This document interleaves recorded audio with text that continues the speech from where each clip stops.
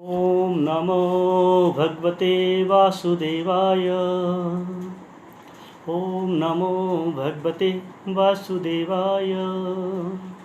ओम नमो भगवते वासुदेवाय। नारायणं नमस्कृत्यं नरं चैव नरोत्तमं देवीं सरस्वतीं व्यासं ततो जयमुदीरये। नष्टप्रायेषु अभद्रेषु नित्यं भागवतसेवया भगवती उत्तम श्लोके भक्तिर्भवति नैष्ठिकी। श्रीमद् भागवतम स्कंद 1 अध्याय 3 और आज श्लोक संख्या है 29। आप सभी ध्यान से सुनने का प्रयास कीजिए। जन्मगुह्यं भगवतो य एक तत्प्रयता नरा सायं प्रातः गृह्ण भक्त्या दुःखग्रामात् विमुच्यते। जो कोई भी भगवान के गुह्य अवतारों का सावधानी पूर्वक प्रतिदिन सुबह तथा शाम को पाठ करता है वह जीवन के समस्त दुखों से छूट जाता है। तात्पर्य जगत गुरु श्रील प्रभुपाद जी के द्वारा श्रील प्रभुपाद की जय। भगवद गीता में भगवान ने घोषणा की है कि जो कोई उनके दिव्य जन्म तथा कर्म के तत्वों को जानता है वह इस अस्थायी भौतिक संसार से छूटकर भगवत धाम को जाता है। अतएव इस भौतिक जगत में भगवान के अवतार की गुह्यता को भली भांति जान लेने पर भौतिक बंधन से छुटकारा प्राप्त हो जाता है। अतः भगवान का जन्म तथा उनके कर्म जिन्हें वे जन सामान्य के कल्याण हेतु प्रकट करते हैं सामान्य नहीं होते, वे गुह्य हैं। और जो भक्ति पूर्वक इस विषय की गंभीरता को जानना चाहते हैं उन्हें ही यह रहस्य प्रकट हो पाता है। इस तरह उन्हें भवबंधन से विमुक्ति प्राप्त हो जाती है। अतः यह सलाह दी गई है कि जो कोई भागवत के इस अध्याय का जिसमें भगवान के विभिन्न अवतारों का वर्णन है भक्ति तथा श्रद्धा पूर्वक केवल पाठ करता है उसे भगवान के जन्मों तथा कर्मों का अंतर्दर्शन प्राप्त हो जाता है। विमुक्ति शब्द इस बात का सूचक है कि भगवान का जन्म तथा उनके कर्म दिव्य हैं, अन्यथा मात्र उनका पाठ करने से किसी को मुक्ति प्राप्त नहीं हो सकती। अतएव ये गुह्य हैं और जो भक्ति के निर्धारित विधि विधानों का पालन नहीं करते वे भगवान के जन्म तथा कर्म के रहस्य को जान पाने का अधिकार नहीं रखते। ओम ज्ञानतिमिरान्धस्य ज्ञानाञ्जनशलाकया चक्षुरुन्मिलितं येन तस्मै श्रीगुरुवे नमः। श्रीचैतन्यमनोभीष्टं स्थापितं येन भूतले स्वयं रूपकदा मह्यं ददाति स्वपदान्तिकं। वन्देऽहं श्रीगुरो श्रीयुतपत्कमलं श्रीगुरुन् वैष्णवांश्च श्रीरूपं साग्रजातं सहगण रघुनाथान्वितं तं सजीवं साद्वैतं सावधूतं परिजनसहितं कृष्णचैतन्यदेवं श्रीराधा कृष्णपादान् सहगण ललिता श्रीविशाखान्वितांश्च। हे कृष्ण करुणा सिंधु दीनबंधु जगतपते गोपेश गोपिकाकांत राधाकांत नमोस्तुते। तप्तकांचन गौरांगी राधे वृंदावनेश्वरी विश्वभानुसुते देवी प्रणमामि हरिप्रिये। वाञ्छाकल्पतरुभ्यश्च कृपा सिन्धुभ्येव च पतितानां पावनेभ्यो वैष्णवेभ्यो नमो नमः। जय श्री कृष्ण चैतन्य प्रभु नित्यानंद श्री अद्वैत गदाधर शिवासादि गौर भक्तवृंद। हरे कृष्ण कृष्ण कृष्ण हरि हरि हरे राम राम राम हरि हरि।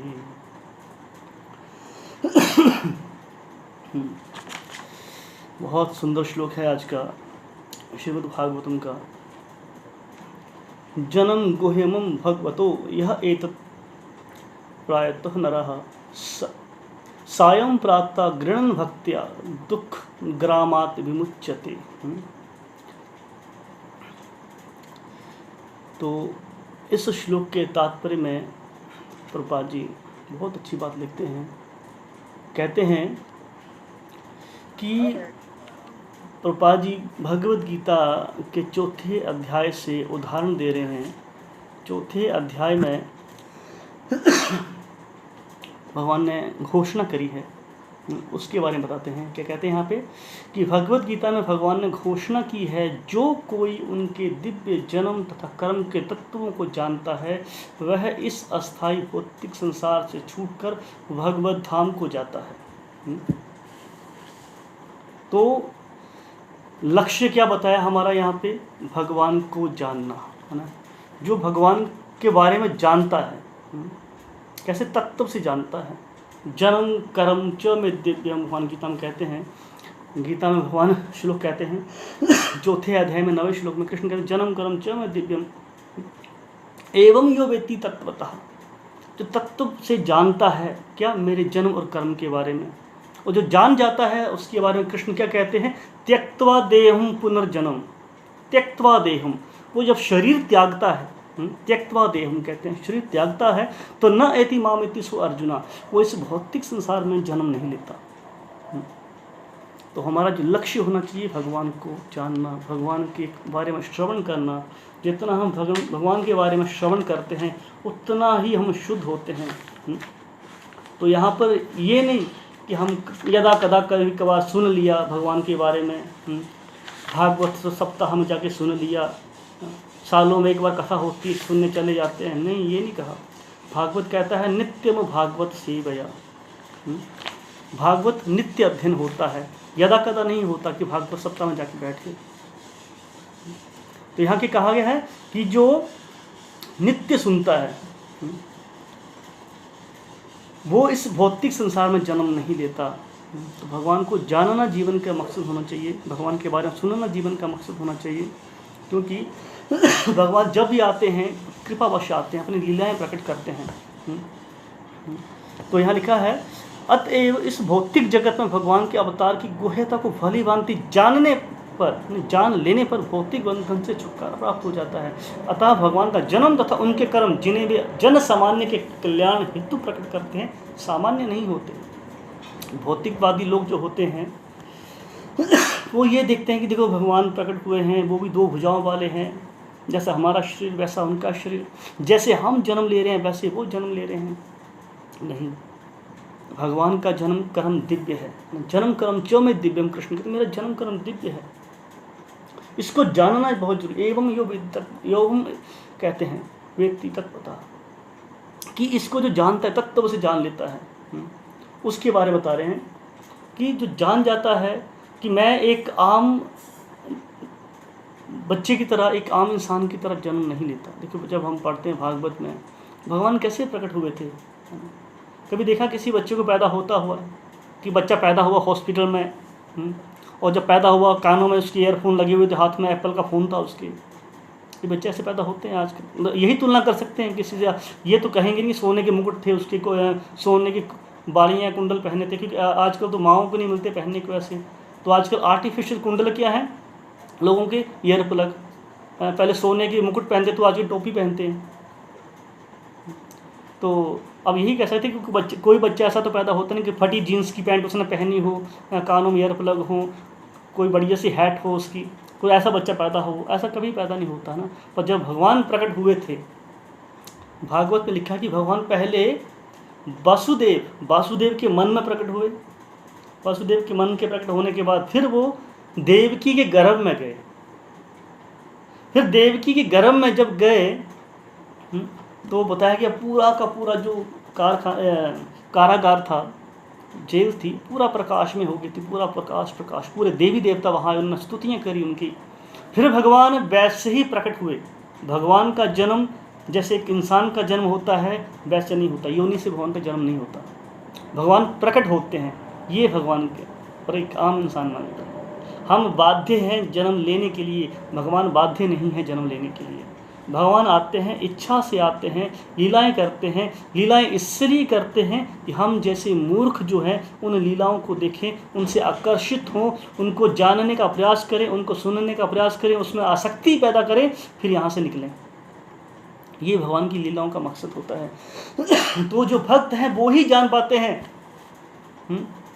जन्म कर्म च में दिव्यम कहते हैं। एवं यो वेत्ति तत्वतः, जो जान गया तत्व से, वो क्या त्यक्त्वा देहम पुनर्जन्म न इति मामेति सो अर्जुना कहते हैं, वो द्वारा जन्म नहीं लेता भगवान कहते हैं।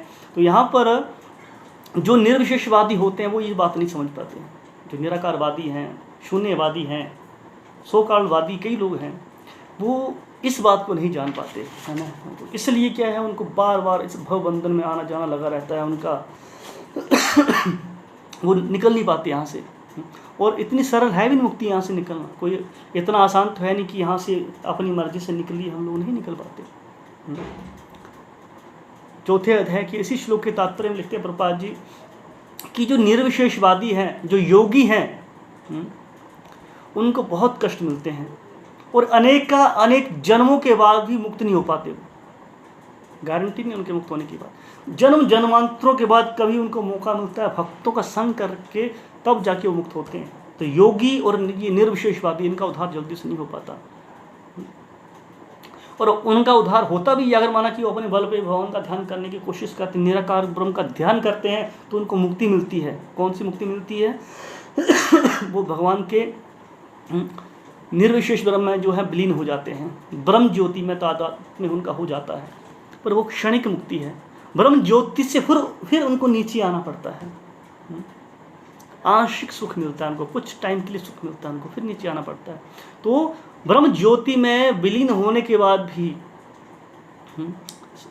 उनको इस भौतिक संसार में आने का डर लगा रहता है।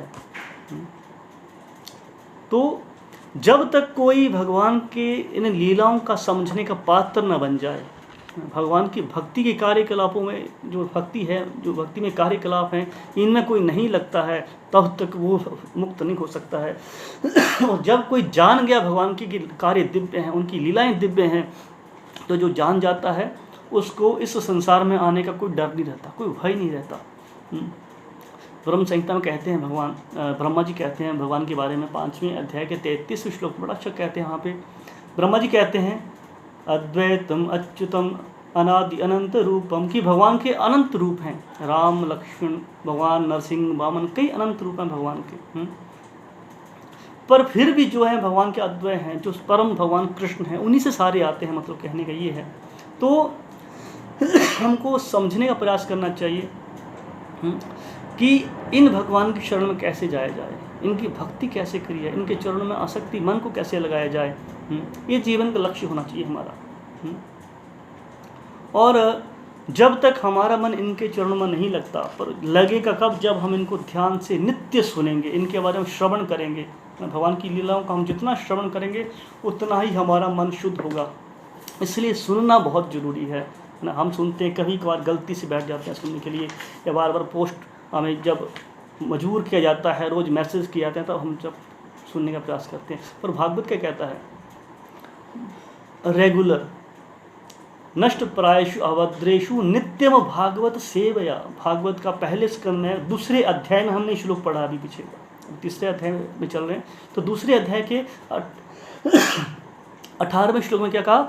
नष्ट प्रायेषु अभद्रेषु नित्यम भागवत सेव्या भगवती उत्तम श्लोके भक्तिर भवती नैष्ठ की। हम प्रार्थना भी करते हैं श्लोक के माध्यम से। तो क्या मतलब इसका? कि हमें भगवान की जो भागवत की कक्षाओं में नित्य बैठना चाहिए, नित्य उपस्थित रहना चाहिए। और क्या? शुद्ध भक्तों की सेवा करनी चाहिए।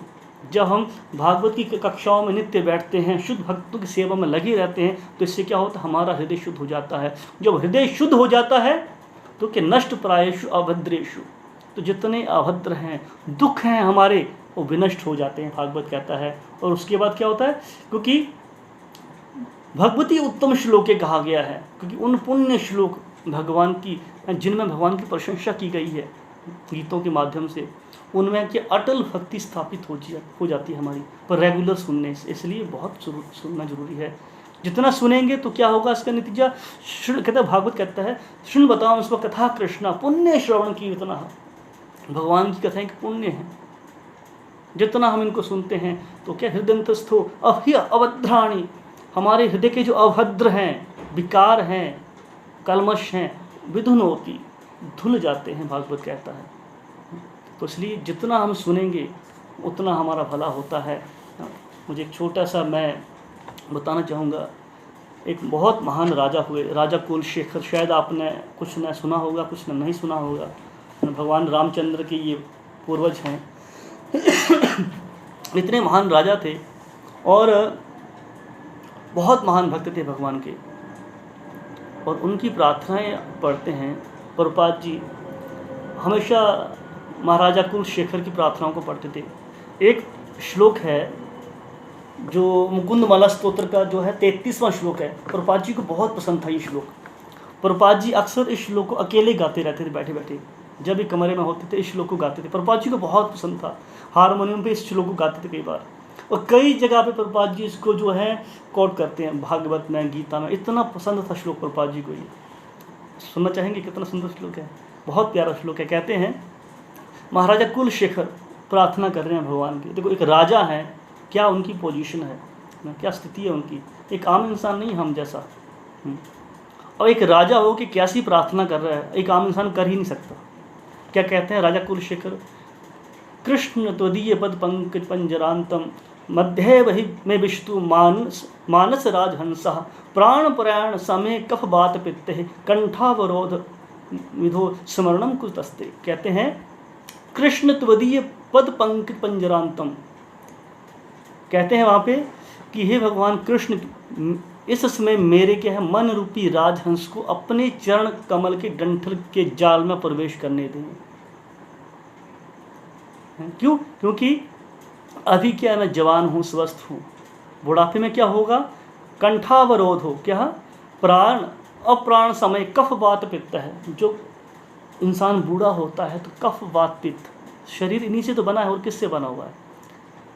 कफ वात पित्त, ये तीन चीज़ें हैं। इनमें से एक ही भी चीज़ डिसबैलेंस होती है, गड़बड़ होती है, तो इंसान बीमार पड़ता है, बाकी कुछ नहीं। ये तीन चीज़ें ही हैं, कफ वात पित्त, इन्हीं से शरीर चल रहा है।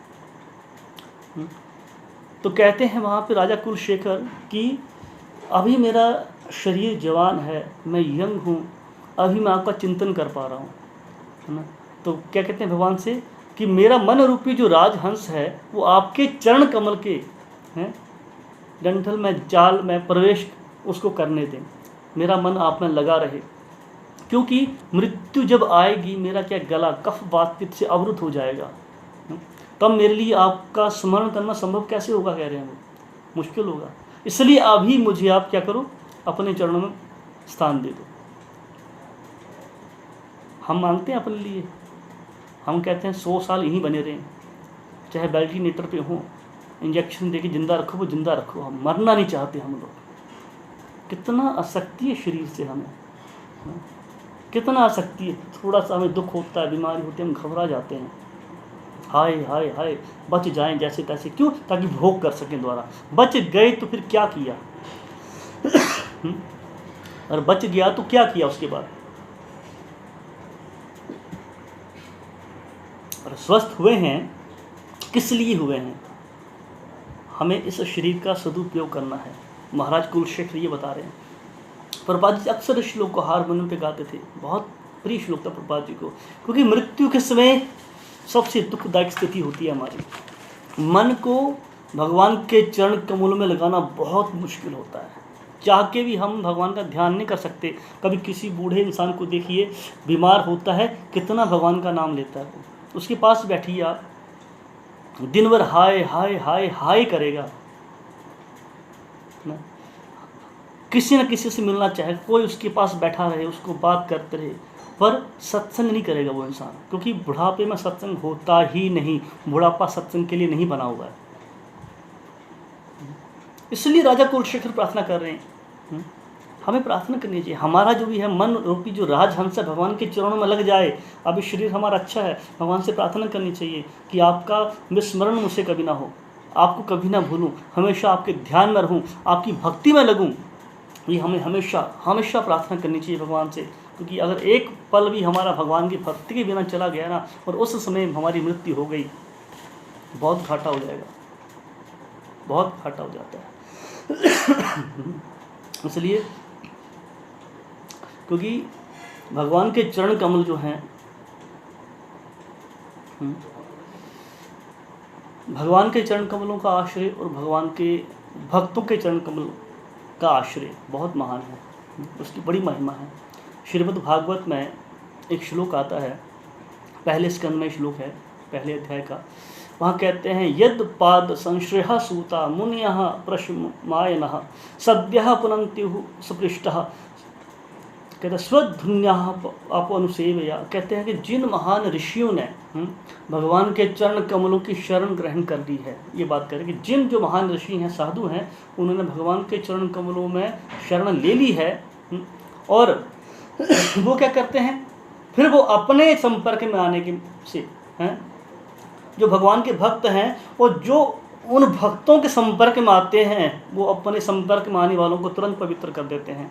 कहा गया है कि गंगा जल है ना, गंगा जल भी कोई बहुत समय तक, दीर्घ काल तक गंगा के संपर्क में रहने से, उसका उपयोग करने से, उसको पीने से, उसमें स्नान करने से जो इंसान को फल मिलता है, उससे कई गुना जल्दी फल महत्व सेवा, संतों की सेवा से, संतों के संग से फल मिलता है। इतना तीव्र गति से गंगा भी फल नहीं दे पाती, ये भागवत कहता है। इसलिए भागवत कहता है कि हमें भक्तों का संग करना चाहिए, जितना हो सके हम भक्तों का संग करते हैं तो उससे शुद्धि होती है हमारी, उतनी जल्दी शुद्धि होती है हमारी। तो हमें क्या करना है, भक्तों का संग करना है। महत्व सेवा, जितनी हम महत्व सेवा कर सकें, भगवान की सेवा कर सकें, भगवान के भक्तों की सेवा कर सकें, ये हमारा जीवन का गोल होना चाहिए। पर दुख की बात क्या है, हमारा गोल ही गलत है, हमारा संग ही गलत है। हम गलत लोगों का संग करते हैं। हमें उन लोगों का संग करना चाहिए जिनकी रुचि भगवान में है, भगवान की कथा में है, हरि कथा में जिनकी रुचि है, जो भगवान के श्रवण करते हैं, कीर्तन करते हैं। भगवान के बारे में कथा करने से क्या होता है, हमारा हृदय शुद्ध होता है। तो इसलिए कहा गया भागवत में 6ठे स्कंद में आता है, 6ठे स्कंद में बताया गया है, और 5वें स्कंद में भी कहा गया इसके बारे में। वहाँ कहते हैं कि महत्व सेवा, ये 6ठे स्कंद में भी कहा गया ये बात, जहाँ पे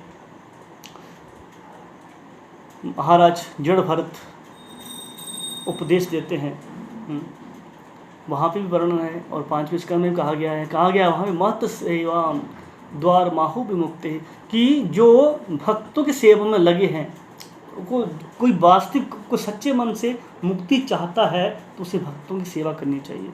जो इस भौतिक संसार से अपना उद्धार करना चाहता है उसे भक्तों की सेवा करनी ही चाहिए। कहा महत्व सेवा द्वारम बाहु में मुक्ति। पर इंसान जो भौतिक लोगों की संगति करता है, जो भक्त नहीं है, जितना उनका संग करता है उतना ही वो अंधकार में जीवन में जाता है, उतना वो नरक की ओर जाता है। क्या कहा उसके, तमो द्वारम योषिताम संगी संगम। तमो द्वारम, तमो कहते तमोगुण, अंधकार। तमो द्वारम योषितम संगी संगम, जो दुष्ट हैं, अभक्त हैं, भगवान की भक्ति में नहीं लगे हैं, हम उनका संग करते हैं तो हम अंधकार में जाते हैं, उतना ही और नीच घृणित योनियों में चले जाते हैं। तो भगवान के भक्त होते हैं, क्यों भ्रमण करते हैं, परिव्राजकाचार्य क्यों कहलाते हैं, प्रभुपाद जी परिव्राजकाचार्य हैं। भक्त जो होते हैं हम जैसे बद्ध जीवों के उद्धार के लिए प्रचार करते हैं, जगह जगह लोगों को समझाते हैं जाके कि आप इस अंधकार में जीवन से निकलो, भगवान की भक्ति करो, भगवान के बारे में श्रवण करो, भगवान का कीर्तन करो।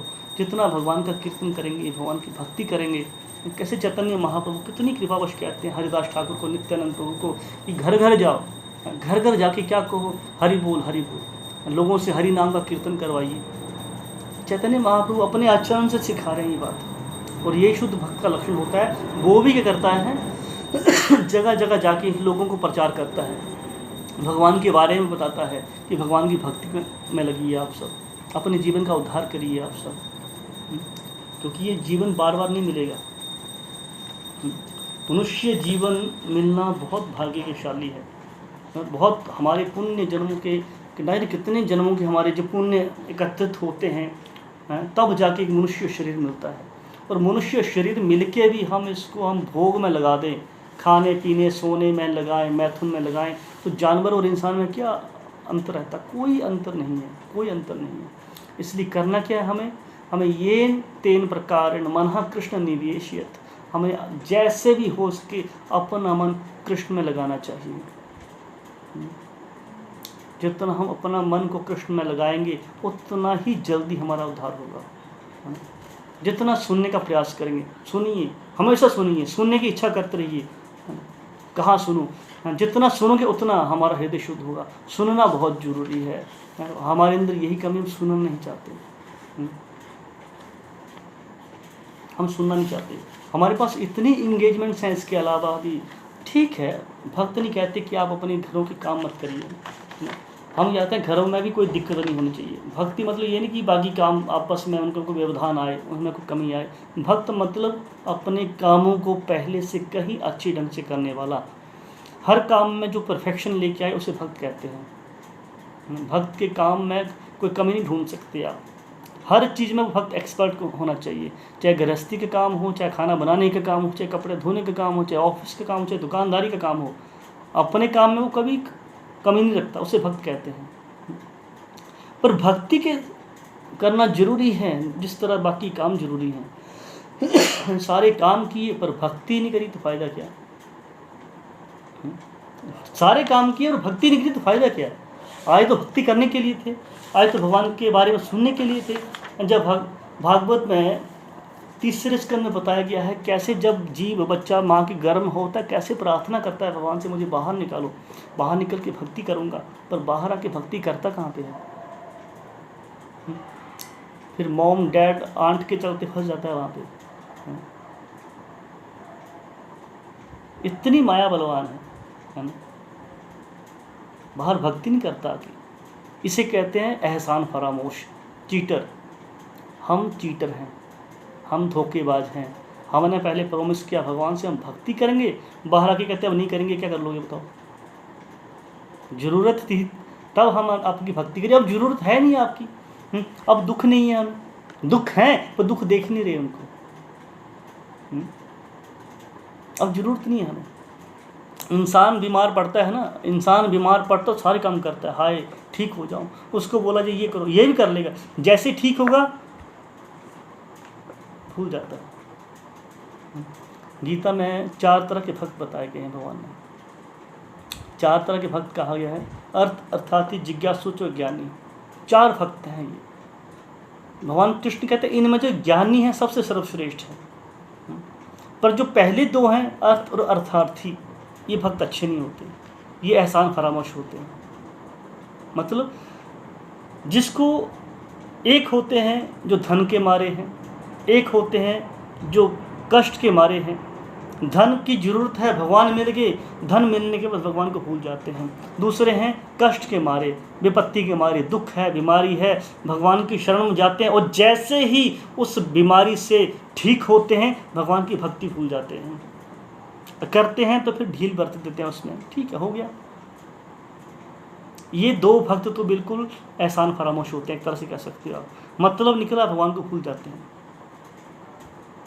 तीसरे जिज्ञासु हैं, जिज्ञासा करते, चौथे ज्ञानी हैं, पढ़ते हैं, जानने का प्रयास करते हैं भगवान के बारे में। ये 2 फिर भी ठीक है। तो भगवान के भक्तों को एहसान फरामोश नहीं होना चाहिए। हमने भगवान से प्रार्थना करी, बाहर निकल के भक्ति करेंगे, हम भक्ति नहीं करते है ना। 9 महीने माँ कोख में रखती है, दूध पिलाती है, पालती है, पोसती है, हम उसका एहसान तो मानते हैं। पर जिसने माँ के पेट में पाला, माँ के पेट से बाहर निकले, दूध की व्यवस्था कर दी, जिसने पानी हवा सब व्यवस्था हमारे लिए करी, फ्री ऑफ कॉस्ट, कोई चार्जेस नहीं है, हमने उसके लिए क्या किया बताइए? वो तो इतना टैक्स भी नहीं लगाता हमारे ऊपर। हम टैक्स ना पे करें तो सरकार सर पे बैठ जाती, टैक्स पे करो। टैक्स चोरी का इल्ज़ाम लगा देगी, जेल में डाल देगी, अब टैक्स क्यों नहीं पे किया जी। मोबाइल के बिल ना पे करो, बिजली के बिल ना पे करो, तुरंत कनेक्शन काट देंगे आपका। तो भगवान ने तो कभी ऐसा नहीं किया कि आपने मेरी भक्ति नहीं करी, मैं आपका कनेक्शन काटने आया हूँ। आज से आपके घर में सूर्य का प्रकाश नहीं आएगा, आपकी आस पड़ोस में बारिश होगी, आपके घर पे बारिश नहीं होगी। कभी ऐसा तो नहीं कहा उन्होंने। जैसे उदाहरण दिया मैंने 2 दिन पहले आपको एक विदेश का, कैसे एक बूढ़ा इंसान बेचारा हॉस्पिटल से निकला जो वेंटिलेटर में था, उनको ऑक्सीजन पर रखा गया था, बाहर निकलते जैसे बिल हाथ में दिया उसके रोने लगा, वो बहुत ज़्यादा रोया। क्यों रो? जब डॉक्टर ने पूछा क्यों रो रहे, कहता है मैं 3 दिन आपके हॉस्पिटल में रहा, ऑक्सीजन दिया आपने, इतना लंबा चौड़ा बिल बना के मेरे हाथ में दे दिया, पूरी ज़िंदगी में फ्री ऑफ कॉस्ट भगवान से हवा ली, उसने बिल कभी नहीं मांगा। जिसने बिल नहीं मांगा उसको मैंने कभी सीरियसली लिया ही नहीं। आज हमें एहसास हो रहा है इस बात का ना, जब दुख मिल रहे हैं सारे। कभी आपने सोचा था ज़िंदगी में कि मई और जून महीने में बारिश होगी, वो भी ऐसा बरसात का मौसम? देखो आज कितनी बारिश, कितना अंधेरा था आज। ऐसा तो बरसात के दिनों में होता है। ऐसा मौसम आज का, ठंडी हवाएं चल रही हैं, बारिश हो रही है, अंधेरा हो गया। मई और जून महीना जो सबसे गर्म माना जाता है, प्रकृति बिल्कुल उल्टा चल रही है अभी। क्यों? प्रकृति मजबूर हो चुकी है, हमने मजबूर कर दिया है। जब इंसान बच्चा हाथ से निकल जाता है तो माँ बाप को मजबूर होना ही पड़ता है उसको दंड देने के लिए। उसे दंड मिलना और चाहिए, ज़रूरी है। दंड ना मिले तो इंसान क्या कहता है? कुछ नहीं होता। गलत काम करने से थोड़ा ना कुछ होता है। आज पूरी दुनिया अपने कर्मों के चलते भटक परेशान है, फ्रस्ट्रेट है, टोटल फ्रस्ट्रेट है आज, परेशान है आज। हमें क्या करना है? हमें भगवान के बारे में जानने का प्रयास करना है, भगवान की भक्ति में बैठना है। अपने हम दुखों को ख़त्म करना चाहते हैं तो आप जितने भी उपाय ले लीजिए, असली उपाय हरि भक्ति है, असली औषधि हरि भक्ति है। बाकी औषधि कोई काम नहीं आने वाली है आपकी। सब औषधियाँ बेकार हैं आज, कोई औषधि बेकार नहीं है, ये काम नहीं कर रही आज, कोई मेडिसिन काम नहीं कर रही। हॉस्पिटल एडमिट हो भी जाओ, हॉस्पिटल में एडमिट होने के बाद कोई मेडिसिन नहीं है आज बीमारी की, डॉक्टर वहाँ छोड़ दे रहे हैं उसको। गर्म पानी पियो, बस यही दवाई है। तो वो पानी तो भगवान ने दिया है, वो भी हॉस्पिटल में पानी पिला रहे हैं, बिल बना रहे हैं उसका। ये पानी पीना तो घर पे पी सकते हैं हम लोग तो। मतलब आज इंसान की बनाई हर चीज़ बेकार है। आप देखिए सारे इंसान परेशान हैं, पर भक्तों के चेहरे पे फिर भी स्माइल है। मैं देख रहा हूँ आप हंस रहे हैं, सुन भी चीज़ में खुश हैं। अब सोचो इस हालत में, अभी मेरी कुछ 15-20 मिनट पहले मेरी एक भक्त से बात हुई। वो तो भक्त नहीं, उनकी पत्नी भक्त हैं। वो अभी देवी देवता फंसे पड़े हैं बहुत ज़्यादा, उनका अभी प्रिंटिंग प्रेस का काम है। मेरी बात हुई, बहुत परेशान है, मेंटली स्ट्रेस, डिप्रेशन में है। कहते वो जी बहुत बुरी हालत है, इतने दिन हो गए, हालत ख़राब है हर चीज़ से। मतलब जो भक्त नहीं होते वो डिप्रेशन में हैं सारे आज। तो असली औषधि की हमें अब पता चल रहा है कि भक्त श्रवण कर रहे हैं, हरि कथा सुन रहे हैं और हंस रहे हैं, खुश हैं वो लोग, उन पे इतना प्रभाव नहीं हो रहा। भागवत में पढ़ते हैं हम लोग, शुकदेव गोस्वामी कहते हैं परीक्षित महाराज से कि कहते हैं अब मुझे कोई भूख प्यास नहीं लग रही, कोई कष्ट नहीं सता रहा मुझे, कोई दुख नहीं हो रहा मुझे। क्यों? मैं क्या कर रहा हूँ? हरि नाम रूपी औषधि को सेवन कर रहा हूँ, हरि कथा को सुन रहा हूँ। मतलब जब हम हरि कथा को सुनते हैं, हरि नाम का श्रवण करते हैं, तो इसको सुनने से क्या होता है? जितने भी भौतिक दुख हैं, तो क्या कहा यहाँ पे? जो कोई भी भगवान के गुह्य अवतारों का सावधानी पूर्वक प्रतिदिन सुबह तथा शाम श्रवण करता है, ये नहीं कहा महीने में एक बार करता है, क्या साल में जाके भागवत सप्ताह में करता है, ये नहीं कहा। क्या कहा? प्रतिदिन सुबह तथा शाम। ये भी नहीं कहा सुबह करता है शाम को नहीं करता है, सुबह शाम करता है, पाठ करता है। उसके साथ क्या होता है? उसके साथ होता है वह जीवन के समस्त दुखों से छूट जाता है। ना कितना सिंपल तरीका बताया, कितनी सरल सिंपल फ्री ऑफ कॉस्ट औषधि बताई। ना हिंग लगे ना फिटकरी, रंग आए चोखा है, कहावत है ना। कुछ करना पड़ा नहीं, सिर्फ क्या किया? कीर्तन में बैठ गए। तो सुबह शाम कीर्तन करिए, भगवान के नामों का श्रवण करिए, भगवान की लीलाओं को सुनिए। जब हम इनको सुनते हैं तो मुक्त हो जाते हैं। और तात्पर्य में क्या लिखा है एक जगह पर पाजी ने कि विमुक्ति शब्द इस बात का सूचक है कि भगवान का जन्म तथा उनके कर्म दिव्य हैं, अन्यथा मात्र उनका पाठ करने से किसी को मुक्ति कैसे नहीं हो सकती। ऐसे कैसे हो सकता है कि भगवान का सुनने, नाम सुनने से किसी को मुक्ति मिल जाए? तो इसका मतलब ये दिव्य है। और आगे कहते हैं अतएव ये गुह्य हैं और जो भक्ति के निर्धारित विधि विधानों का पालन नहीं करते हैं। पर जो लोग भक्ति के विधि विधानों का पालन नहीं करते, इस लाइन पे ध्यान दीजिएगा, ध्यान से सुनिए क्या कहा? जो भक्ति के निर्धारित विधि विधानों का पालन नहीं करते, वे भगवान के जन्म तथा कर्म के रहस्यों को जान पाने का अधिकार नहीं रखते। बात आई विधि विधानों की। हर चीज़ में विधि विधान है। स्कूल गए विधि विधान थे, कॉलेज गए विधि विधान थे, ऑफिस गए विधि विधान थे। कहाँ है विधि विधान नहीं है बताइए? कोई जगह है जहाँ विधि विधान नहीं है? दुनिया के हर फील्ड में विधि विधान है। हम स्कूल में पढ़ते हैं तो साइंस की क्लास होती है, हम तो ना कहें नहीं जी मेरा मन आज मैथ पढ़ने का, हम साइंस नहीं पढ़ेंगे, ऐसा तो नहीं चलेगा। पढ़ना, चुप पढ़ाया जाएगा, वो पढ़ना पड़ेगा। एग्ज़ाम देने गए, साइंस का पेपर था, नहीं मेरा आज मन है मैं आज मैथ का पेपर लिखूंगा। क्वेश्चन पेपर साइंस का है और आंसर मैथ के दूंगा, नहीं मैं अपनी मर्जी से करूंगा, हो गया क्या? टॉपर आएगा? हाँ टॉपर आएगा, पर पीछे से आएगा, ऊपर से नहीं आएगा, 0 मिलेगा उसको। वैसे ही जो भक्ति में जो विधि विधान है उनका पालन नहीं करते हैं, क्या कहा, वो भगवान को जानने के अधिकारी नहीं है, भगवान को कभी भी नहीं जान सकते। यही बात भगवान गीता के 16वें अध्याय के 23वें श्लोक में कहते हैं। क्या कहते हैं? यह शास्त्र विधिम उत्सृज्य वर्तते कामकारतः। कृष्ण कहते हैं, तो गीता में भगवान यही कह रहे हैं, यह शास्त्रम विधिम उत्सृज्य वर्तते कामकारतः न स सिद्धिम अवाप्नोति न सुखम न पराम गतिम। कहते हैं कि जो शास्त्रों के आदेशों की अवहेलना करता है, जो शास्त्रों में उपदेश दिए गए हैं, जो विधि विधान दिए गए हैं, उनकी अवहेलना करता है और अपने ढंग से भक्ति करता है, अनुष्ठान करता है, उसके साथ क्या होता है? उससे ना तो सिद्धि और ना सुख और ना ही परम गति प्राप्त होती है।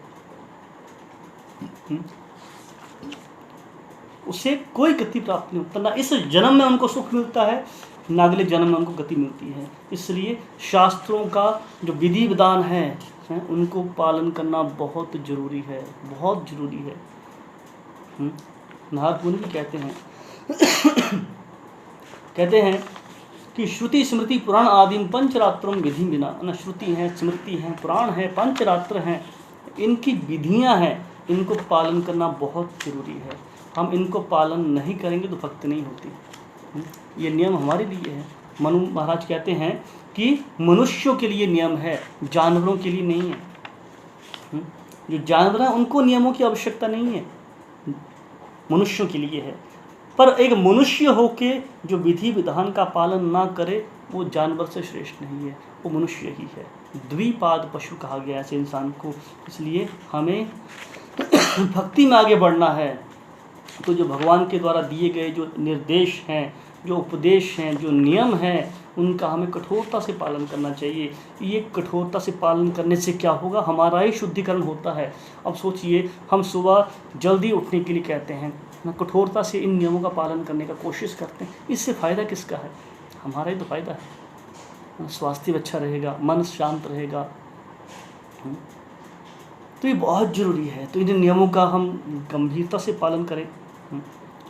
जो नियम दिए गए हम लोगों को, इनको हम डेली जीवन में उतारने का प्रयास करें कि नहीं मैं इनको कठोरता से पालन करूँगा, इनका कठोरता से पालन करूँगा। और जब इंसान इनके द्वारा काम करता है ना, विधि विधानों से इंसान को समझना आसान हो जाता है भगवान के बारे में। तो भगवान गीता में कहते हैं एक जगह पे, अगला श्लोक है 16वें अध्याय के 23वें श्लोक में भगवान कहते हैं जो शास्त्रों की अवहेलना करता है उसकी गति नहीं है। और इसलिए भगवान गीता में कहते हैं कि तस्मात् शास्त्रम प्रमाणम ते कार्य अकार्य व्यवस्थितो हो ज्ञात्वा शास्त्र विधान उक्तम कर्म कर्तुम इह अर्हसि। कहते हैं कि अतएव मनुष्य को क्या चाहिए? जानना चाहिए कि शास्त्रों के विधि विधान के अनुसार क्या कर्तव्य है और क्या अकर्तव्य है, क्या करणीय है, क्या अकरणीय है, मतलब क्या करने योग्य है, क्या नहीं करने योग्य है। ये शास्त्रों के आधार पर जानने का प्रयास करना चाहिए। और जब वो इस तरह जान लेता है तो वो ऊपर उठ सकता है भक्ति में। बहुत जरूरी है इनको हम सुने डेली। शृण्वतां कथा कृष्ण पुण्य श्रवण कीर्तन नित्यम भागवत सेवया। बहुत जरूरी है। हरे नाम हरे नाम हरे नाम एव केवलम कलो नास्ते नास्ते नास्ते गति अन्यथा। हरे कृष्ण कृष्ण कृष्ण हरे हरे, हरे राम राम राम हरे हरे। जितना हम, कोई नियम भी नहीं है इसमें, हर चीज़ में नियम होता है ना। कोई बीमारी है, कोई परहेज करने पड़ते हैं। जैसे अब कफ का है ना, मेरे चेस्ट में इन्फेक्शन रहता है, मैं ज़्यादा बोलता हूँ तो होता क्या है, उस टाइम बड़े परहेज, आपको राइस नहीं खाना है, ठंडा नहीं खाना है, ठंडा पानी नहीं पीना है, गर्म पानी पीना है ना, कितने परहेज करने पड़ते हैं।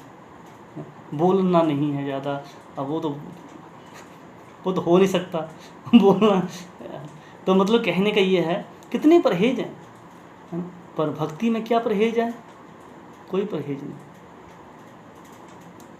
कोई नियम नहीं। नाम नामकारी बहुधा निज सर्वशक्ति तत्रार्पिता निमतः स्मरणे न कालः।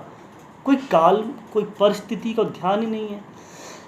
इंसान हर स्थिति में चलते फिरते, उठते बैठते, नाचते गाते, हंसते रोते, अंदर बाहर, ऊपर नीचे, आगे पीछे, नहाया नहीं नहाया, सूतक असूतक, किसी भी परिस्थिति में भगवान का नाम ले सकता है। भगवान के नाम को लेने में कोई विधि नहीं है, कोई नियम नहीं है।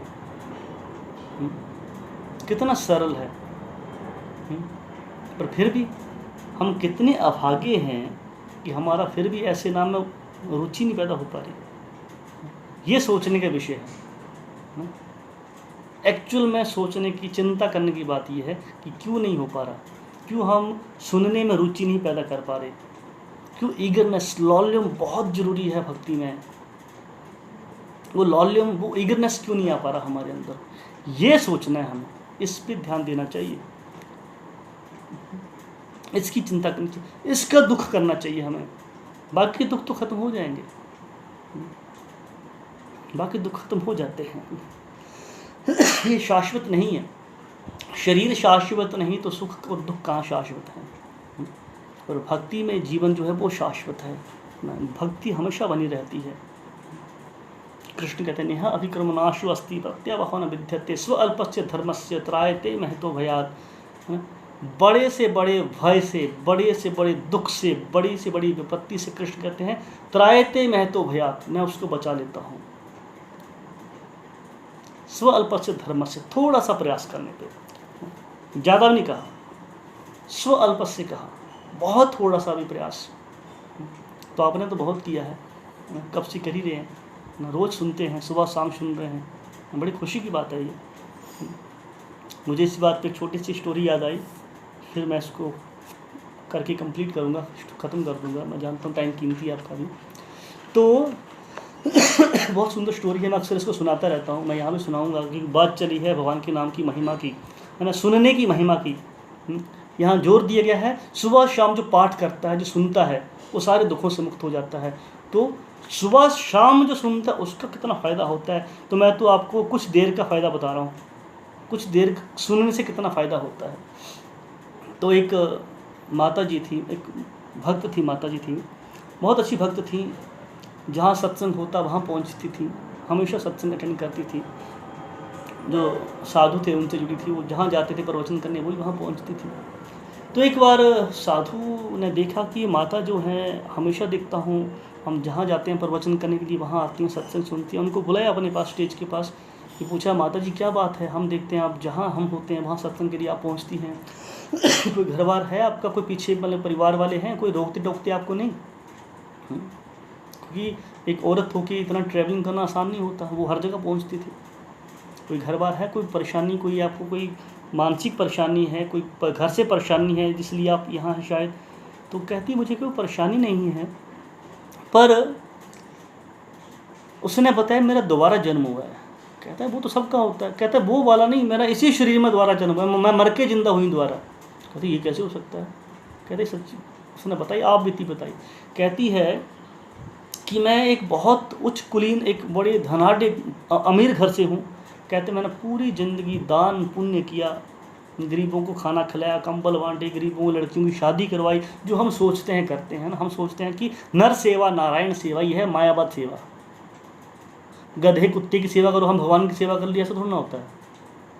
तो इंसान भी गधे के बराबर ही आजकल के, जैसा गधा करता है वैसा इंसान करता है ना।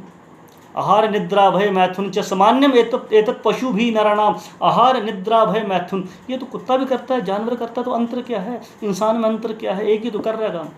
हम सोचे कि कुत्ते की सेवा करें और नारायण की सेवा हो जाए, ऐसा थोड़ा ना होगा। एक अंतर है दोनों में, है ना? एक चपड़ासी भी है एक ऑफिस में और एक ऑफिसर भी है उस ऑफिस में। हम जाएं, जो सम्मान हमें डॉक्टर को देना चाहिए उस कुछ या उस जो ऑफिसर कुर्सी पे बैठा है, माना एक आर्मी का कर्नल बैठा हुआ है, जो सम्मान एक कर्नल को देना चाहिए वही सम्मान हमें वहाँ झाड़ू पोछा लगाने वाले को देना चाहिए, ऐसा होता है क्या? दोनों का सम्मान होता है, पर दोनों की पोजीशन के अनुसार, दोनों के पद के अनुसार ये सम्मान देने की विधि होती है। हर किसी का सम्मान करना चाहिए तो इसका मतलब ना कि शेर को गले लगा लो, है ना? कि कुत्तों को किस करते हैं, या शेर को किस करके दिखाओ जाके, है ना? सांप को गले में लगा के दिखाओ, नहीं। दोनों की स्थिति में अंतर है, उसके अनुसार हमें आदान प्रदान करना चाहिए। वैसे ही उसने कहा कि मैंने बहुत सेवा करी ना, इंसानों की, गरीबों की, बीमारों की। फिर कहते एक दिन क्या मेरी मौत हो गई, और जब मैं मरी मुझे यमदूत नरक लेके गए और मुझे इतना मारा वहाँ पे, बल्कि नरक भी नहीं लेके गए, नरक लेके जा रहे थे। नरक लेके जा रहे थे तो रास्ते में एक नदी आती है जिसे कहते हैं बैतरणी नदी, वो पार करनी पड़ती है। ये नरक के द्वार पे है, नरक, उसको क्रॉस करके नरक जाना पड़ता है। उसमें भयंकर जानवर होते हैं, कफ वात पित्त की नदी होती है, भयंकर जानवर होते हैं जिनको हमने कष्ट दिया होता है, वही जानवर वहाँ हमारा मांस नोचते हैं उस नदी में। उस नदी को क्रॉस करके जाना पड़ता है। तो वो औरत कहती है, जब मैं उस नदी के पास पहुँची तो यमदूत मुझे धकेलने लगे उस नदी में। मुझे कहा कि इस नदी को पार करो, मैं हिम्मत नहीं कर पाई नदी को पार करने की, तो मुझे बहुत डांटा फटकारा, डराया उस नदी को पार करने के लिए। तो इतने में क्या देखती है, एक वाइट साड़ी में एक औरत आती है और मुझे उठा के वो नदी पार करवा देती है। कहता, मैंने उस औरत से पूछा आप कौन? कहती है, एक बार तुम गलती से, ये नहीं कहा मन से, गलती से सत्संग में जाके बैठी थी, तुम्हारी सहेली तुम्हें सत्संग में लेके गई थी, तुम्हें सत्संग अच्छा नहीं लगा, तुम 5 मिनट के बाद उठ के वापस आ गई थी, मैं उस 5 मिनट के सत्संग का फल हूँ जो तुम्हें बचाने आई हूँ। मतलब वो 5 मिनट के सत्संग का फल उसको उस नदी को पार करवा के चला गया। तो कहती है, मैंने पूरी जिंदगी दान पुण्य कंबल बांटे, वो कहाँ गए? कहते बांटे किससे थे? शरीर से ना। जब शरीर मिलेगा तब उसका फल मिलेगा, बीच में फल नहीं मिलता उसका। तो किस काम के दान पुण्य? ये जीरो वैल्यू इनकी, कोई फायदा नहीं दान पुण्य का, जो आपके काम ही ना आए। जब जरूरत है तब काम ना आए, उस दान की फ़ायदा क्या, उस दान की वैल्यू क्या, बताइए। तो होता क्या, जब हम पुण्य करते हैं, दान करते हैं, कुछ कर्म करते हैं, तो उनका फल हमें अगले जन्म में मिलता है, अगले शरीर में मिलता है। मतलब आपने धन बांटा है तो अमीर बनेंगे ना, तो उस अमीर बनने के लिए आपको दोबारा जन्म लेना पड़ेगा। पर उसके बीच का जो दायरा होता है, उस बीच में जन्म के, मृत्यु के बाद और जन्म के पहले का जो बीच का समय होता है, वो काम नहीं आते। तो जीरो है, ये सब कुछ बेकार है। वो 5 मिनट का सत्संग उसको बचा के चला गया, कितने बड़े भय से, उसकी दुख से रक्षा हो गई। कहते उसके बाद, क्योंकि वो एक्चुअली जब पहुंची यमराज के पास तो बोला अभी तो उसकी मृत्यु आई नहीं थी, इसको अब गलत लेके आ गए। उनसे भी गलती होती है कई बार, लेने के किसी और को उठा के किसी और को लेके आ गए, है ना? तो ऐसा होता है कई बार। तो कहने का मतलब यह है कि जो डेली सुबह शाम भगवान के नाम का श्रवण करता है, कीर्तन करता है, भक्ति करता है, वो जीवन के सारे दुखों से मुक्त हो जाता है। जीवन के असली दुख क्या है? ये है जन्म मृत्यु जरा व्याधि दुख दोषानुदर्शनम, और कोई दुख नहीं है। पेट में दर्द है, बच्चे अच्छे नहीं हैं, पत्नी अच्छी नहीं है, पति अच्छा नहीं है, घर अच्छा नहीं, नौकरी अच्छी नहीं है, ये दुख नहीं है। दुख है जन्म मृत्यु जरा व्याधि, ये दुख है। इन दुखों से निकलना जीवन का मकसद होना चाहिए, ना कि हमें टेम्परेरी दुखों से बाहर निकलने की कोशिश करनी चाहिए। इन दुखों से हम कोई फ़ायदा नहीं प्रयास करने का।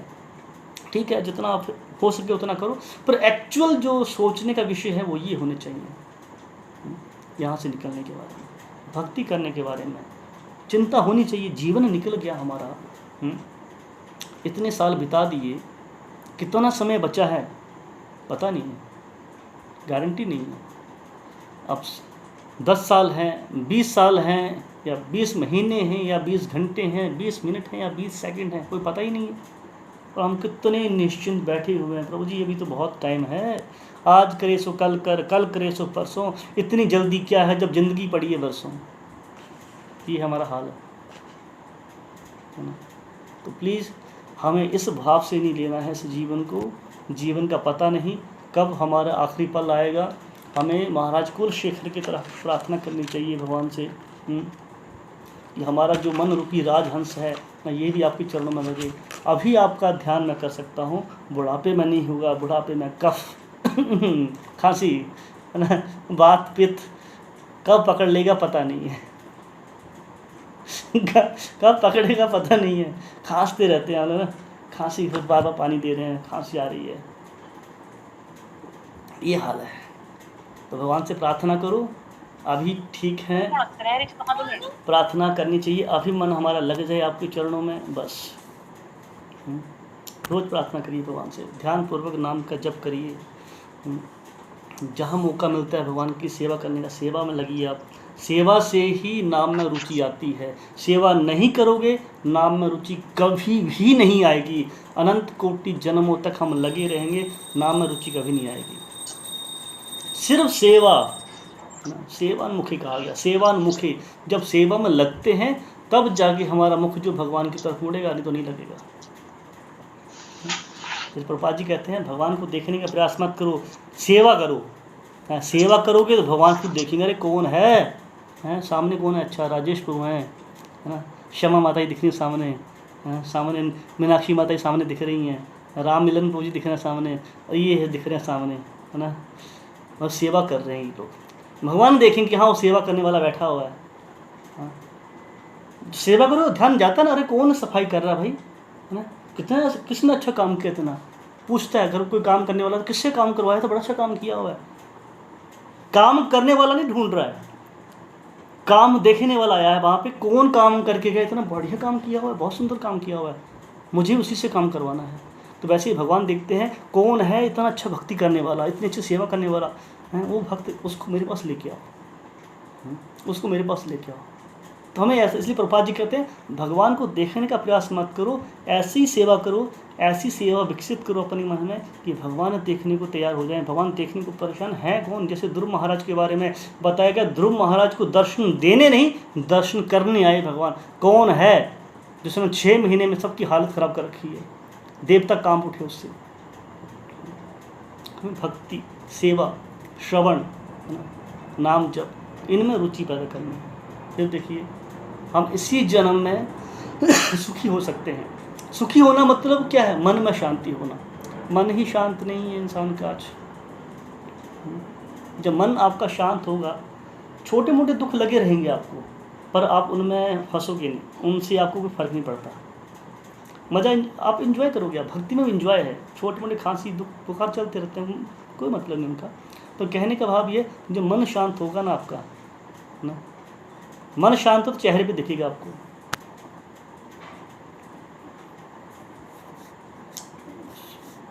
चेहरे पे दिखेगा आपको कि हाँ इंसान शांत है।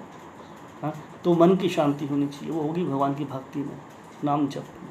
तो मेरी आपसे रिक्वेस्ट है, प्रार्थना है, सिंसियर हैं आप सब, मैं जानता हूँ, पर और सिंसियर बनिए। इसमें एक वो स्थिति कभी नहीं आएगी कि हमने परफेक्शन हासिल कर ली है, कभी नहीं आ सकती। हमें दिन प्रतिदिन और अच्छा करने का प्रयास करना है, और गंभीर बनने का प्रयास करना है। प्रार्थना करिए भगवान से, प्रभुपाद जी से, जैसे शुद्ध भक्तों से प्रार्थना करिए, हमारी नाम में रुचि आए, भगवान की कथा में हमारी रुचि पैदा हो, आसक्ति हमारी आपके प्रति हो, ना कि समाज में हो। भगवान के प्रति आसक्ति होगी तो समाज में अपने आप हो जाएगी, और समाज के हमारी आसक्ति तो भगवान से कभी नहीं हो पाएगी। तो अच्छा है भगवान से आसक्ति पैदा करो, भगवान से प्रेम पैदा करो। भगवान से प्रेम होगा तो सबसे प्रेम होगा। ठीक है, हरे कृष्ण। धन्यवाद आप सबका।